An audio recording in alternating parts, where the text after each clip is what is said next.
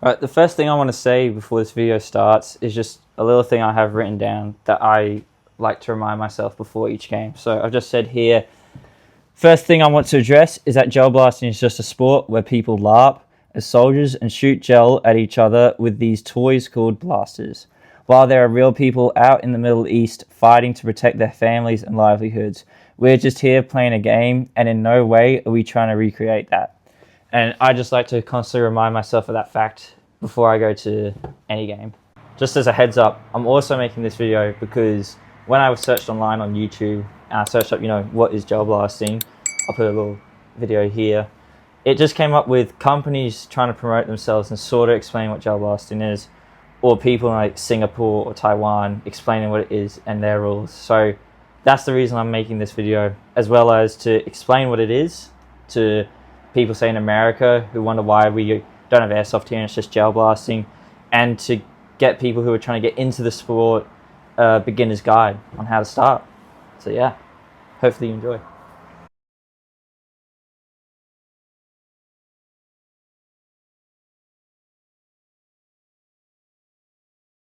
Now, to go over a couple of laws, I just have some notes on my laptop. Here in Queensland, you're allowed to possess a gel blaster without a guns license. But in South Australia, you need a gun license. Now everywhere else, every other state, so that's New South Wales, ACT, Victoria, South Australia, Western Australia, and the Northern Territory, gel blasters are illegal. You cannot go gel blasting in those states. You can only go gel blasting in Queensland and South Australia is where you need a gun license. Now, just to go over a couple of laws here in Queensland specifically, I got this off the Queensland Police website about gel blasting. It says, in all instances, when possessing a gel blaster in public space, the item should be carried in a way that is not visible to members of the public so as not to cause alarm to any person. Basically, you can't carry it in like a plastic bag or like just sheets of cloth. It has to be in a proper case because otherwise people might be able to see it. Secondly, gel blasters must be stored in a locker container when not in use. Only reason mine aren't in there is because I'm showing you them. And then lastly, you must be at least 18 years old to purchase a gel blaster in Queensland. So obviously if you're younger, if you're like below 18, you can get your parents to buy you one and you could go gel blasting. So just to make sure, you can go gel blasting right, at any age. You just can't buy the gel blaster unless you're 18 or older. And then yeah, again, you don't need a weapons license in Queensland to possess a gel blaster. There are more laws, but those ones are the most important ones I found. I'll put a link in the description to the website I looked at. To explain what Gelsoft or gel blasting is, it is basically the exact same as airsoft. So when you hit, put your hand up, say hit, all the rules are the same, except the only difference is the projectiles. Now I'll come over there, show you the projectiles. These are gel balls. They're very small. They're based, for Americans watching, they're like Orbeez. That's what these are. The only downside to them is they're smaller and they weigh less, meaning they don't go as far and the spread is much bigger. But the upside is they're biodegradable, so they don't leave a mess on the field, and overall they're easy to grow, easy to keep them, and all that. I think the furthest shot I've hit with a gel ball is about 25 to 30 meters. That's the longest I've shot with this one. This is one of my newer ones. That's the longest I've shot with those, but we also have snipers and all that which you can use. Right, yeah, now for some beginner's guides talking points. Now when I first started, I only went to about 3 games and I rented the gear, and I found that gave me a good gauge of whether I would enjoy the sport and whether I continue on with it. Instead of immediately going out and buy a blaster that I'd only use for maybe 3 times in a year or something. So for anyone new, I highly recommend you go to the games and hire all the gear at least 3 times before you go out and buy a gel blaster. Instead of going out and wasting your money. I highly, highly recommend it. It worked for me, so it might work for you guys as well. Right, now in terms of fields that you can play at, there's a few here in Queensland. It's not too many, but there's a variety. I'll go over the indoor ones first. So we have Crossfire and Black Sight. So those are the indoor ones, and they have an FPS limit of about 300, 320. That is their FPS limit for indoors. And then outdoors, we have, what do I have? I have Donnybrook, Newtown, and Mango Hill. So those are the outdoor ones, and their FPSs are a bit higher, I think 330 plus, 350 plus even. And then there's bigger companies that do like really big mil sims, you know, like the 2-day mil sims, all those ones here. So if you're into that, then check out those companies. There's a Discord called Gelsoft AU. You can join that if you're interested about the bigger mil sims event. Now, if you do like the game, let me give you some tips on how to start. So let's start with blasters. First of all, we have AEG, which is automatic electric gun. We have GBBR, which is gas blowback rifle, and we have HPA, which is high pressure air. Now, good thing is AEG, which is this one here and this one here, are the cheapest options. I recommend AEG for anyone new coming into the sport. Now, the only gas blowback I have is my pistol, because pistols for gas blowback are the best option. So if you ever buy a pistol, I highly recommend gas blowback, and they're also relatively cheap for a gas blowback. This was about $250. My other blasters ranged from about $400 to $600, right? Much cheaper than gas blowback. Gas blowbacks will set you back about $1,300, depending on which one. And again, HPAs are just a bit more expensive than AEG, but not as expensive as gas blowbacks. Now, when you're buying your gel blaster, they'll give you some batteries, right? I have 2 sets of batteries. So I have 7.4 volts, which is this one, and I have 11.1 volts. Now, one of my blasters is upgraded to handle 11.1 volts. But if you do get a blaster, I suggest you do not, make myself clear, do not use 11.1 volts. Only use 7.4. Because if you use 11.1 and your blaster isn't upgraded, then you'll put stress on the gears, the gearbox will die earlier, you know, it will fade, and you'll just lose gel blaster. You'll just waste your money on a gel blaster. So stay with 7.4 unless you're willing to upgrade the gearbox of your blaster. Now, also get a good charger. Unfortunately, I don't have the brand for this charger. If you want to pause or zoom in on the video, well, I'll show you. That's my charger there. It's very good. It charges all sorts of batteries you need. I highly recommend you buy a good charger as well. Now, in terms of here in Queensland, the stores you buy, I have a list here who you can buy from and who I recommend. Watt International, Tactical Edge, Commando Elite, M4A1 gel blasters, and X-Force Tactical. They are well-known shops in Queensland. The closest ones in terms of Brisbane, if you live here, is Watt International and Tactical Edge. Those are the closest ones to me, at least. And the other ones are sort of up north a bit more. But regardless, the brands you were looking for, so separate from the shops, the brands you were looking for, I suggest ENC, Jingming, Wells, Cyma, LDT, Double Bell, APS, and SKD. Those are the best brands for gel blasters and will last you. They have good exteriors. So this is a ENC. Everything on here is metal besides the buttstock and the pistol grip, and the internals are metal. Everything is good about those brands. They all come very well out of the box, very good stock. So that is what I suggest.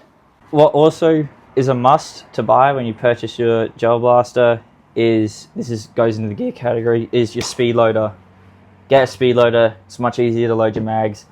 Everyone has one. You can buy smaller ones. Like this one's a sort of DIY one from Big W, which I just carried in my Chicom like so, like that. That worked out really well. But yes, definitely grab yourself a speed loader. Rightio, so now we have the different type of gels. Now we have, these are ultra hard gels. I'll point to the camera and show them to you. Ultra hard ones, this is what they look like before they're growing. And these are just some really soft gel balls. Basically, the difference between them, if you can already see it in the name, one's harder than the other, and basically their breaking point is also higher. So the breaking point of these gel balls are higher than the breaking of these gel balls, because these ones are harder than these ones. Now, I recommend it if you're going to use soft gels, I would say only put them in grenades, because if you put them into not any blaster, but if you put them into a high quality blaster, they'll pretty much break when they leave the barrel, because the power behind the blaster is just too much. So I recommend always buy ultra hards for blasters, because they'll give you the best performance, they're heavier, and they will travel further than soft gel balls. So that is what I suggest. Now, I have a formula here that my dad and I came up with for the gel balls and how to pretty much sort of save you money. So I'll read that out and I'll put it on screen so you can see it better. So we have 1 level tablespoon. So that's 1 level tablespoon of these, and that's a like cooking tablespoon, not a literal tablespoon, equals 4.5 of these magazines, just these standard magazines. And then we have 1 full speed loader. So this is a speed loader. 1 full one of these equals 11 magazines. All right. And then 80 grams of gels. So this here is actually 80 grams. This is 80 grams. Equals 6 tablespoons, which equals 25 magazines. So out of 1 packet of hard gels, or sorry, ultra hard gels, you can get about 25 magazines worth, which is pretty decent. And then I have one big, like one of those 3 liter, 2 liter bottles. I have one of those, and I have here 1 bottle equals 22 magazines. So 1 bottle kind of equals 2 bags of gels, which is pretty good. So that's what I use, and when I went to games, I used that to judge how many gels I needed to bring to the next game, and it just helps me save money. So I'll put that on screen for you guys so you can see it, and hopefully that will help you when you start gel. Also, after your games, do not throw your gel balls away, because what you could do with them is you could take them home and put them in the fridge. When you put them in the fridge, it delays the dehydration process, because the way to grow your gel balls is you put them in water, okay? And usually I put my gels in for about 1 hour and 45 minutes, and that's the best growth rate for gel balls. So after your games, don't throw them away, save them for your next game. Usually the longest I've had them in the fridge and last for the next game is a month so far, and none of them have broken coming out of the barrel. So do that to also save yourself some money and not make too many gel balls for your next game. I'll just quickly go over how you actually make your gels. So I'm not going to do it now, but you get a packet like this. You put as many as you want in there, as before, the formula which you can use, and you dump them just into a tub like this, right?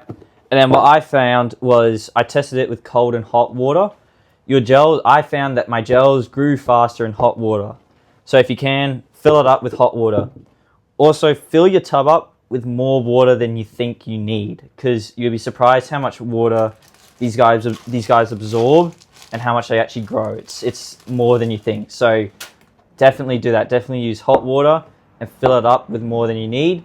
And as stated before, grow them for about 1 hour and 45 minutes, unless the instructions on the back say otherwise. But I find that time will be enough for the gel balls to be good quality when they come out.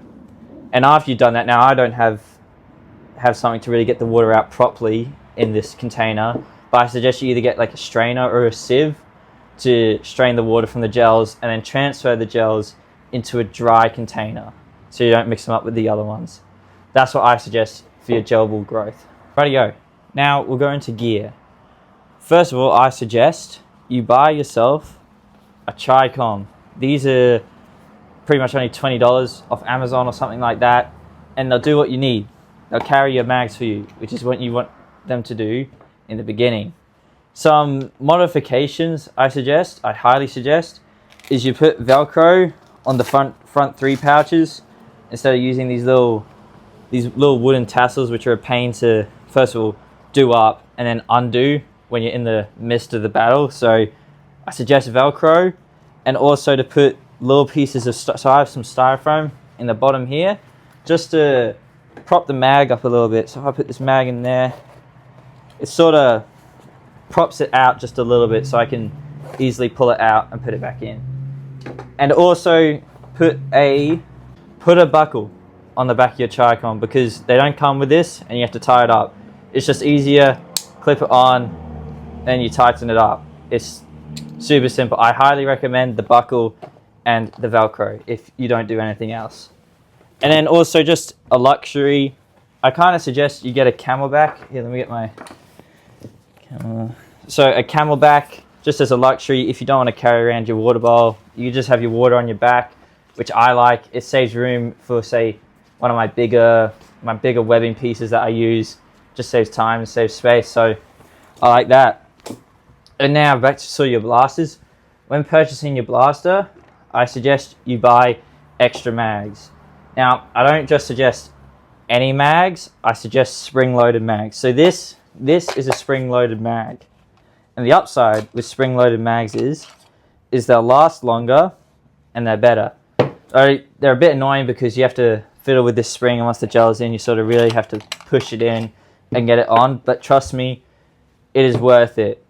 With normal mags, I'll come over there. So the gearbox is down here, and then using the battery, the gel feeds them through up here. The only issue is, as you can see, the gearbox is on the bottom. So if you shoot upside down, gels won't feed through, they'll just fall down. That is the upside with spring-loaded mags. Because the mags are pushing, because this spring is pushing, you can shoot upside down any angle. And also, after your games, when you're with your mags, the water from the gels will come down and not leak into the gear, into this gear here, which you can see is rusted. It won't leak into there, and these ones will last longer. And then footwear. So footwear that I think is very important, for me at least, is I just bought some waterproof boots. These are specifically a Merrell's brand. You can buy any brand, but I highly recommend you get shoes that are waterproof, because you don't know if you'll be playing outside when it's raining or when the ground's wet, when it's muddy, when it's damp. These have saved me so many times when the ground has been wet and I've had dry feet all day. They are also very, very comfortable. So I suggest pretty comfortable footwear and waterproof footwear. That is what I suggest. And then there's also Eyepro. I don't believe we need a ballistic rated Eyepro here in Australia because the gels are so light. I have a set of Eyepro literally from Bunnings, which work perfectly fine. But you can get other brands like Oakley, which are pretty expensive, but they'll do the job. They're anti-fog and they're also ballistic. Now, in terms of what to take to games, I suggest plenty of water and plenty of food, because you don't really want to buy your own food and water, but hey, it depends on you. But I personally take, again, plenty of water, plenty of food, because you never know when you get hungry on the field or whether you need water. And also that's another plus to having a Camelback. Again, only a luxury, but definitely those two things and plenty of them. Lastly, we have blaster care and gear care. Now, after every game, because the gels are water-based, they rust away at the gears, which quickly show you. So if you could see just there, the motor's a bit rusted. That's from all the gels just going through there and everything. So I suggest after every game, what you do is you get your mags and you open up the flap where you put your gels in. You just, AK mags, you sit them like, I like to sit them like that. Normal mags, I sit them upright, and then my spring-loaded ones, I just sit the other way around, or same way up, just to let all the water evaporate and trickle out of the gel, of the mags, just to give them a bit more longevity, you know. And again, that's another upside to the spring-loaded mags, is the water will go down and not into the gears, unlike this one, the gears are up the top, which is much better. And again, this one, gears are down the bottom. Now with your blaster, if you're wearing gloves or not, again, that's really up to you. But if you're not wearing gloves, you've been touching your blaster all day with your sweaty hands, and it's also been in the elements. Now, especially if you get a metal gel blaster, what I do is, when I come home, when it's in my case, my blaster's in my case like this, I just open my case up. to let the blaster breathe, and again, let all the sweat, let all the elements evaporate off it and give it a better life, you know. And yeah, it doesn't really matter with polymer blasters as much. That's the external parts, polymer. But I suggest you still do it even if you have polymer or metal. And that's been my video on what is gel blasting, a beginner's guide. Thank you guys for watching so much. Your support has been very good over the past few videos. Trying to reach 100 subs before the end of the year. I think we could do it. If you have any questions, please put them in the comments and I'll try and get to answering them. Thank you guys for watching.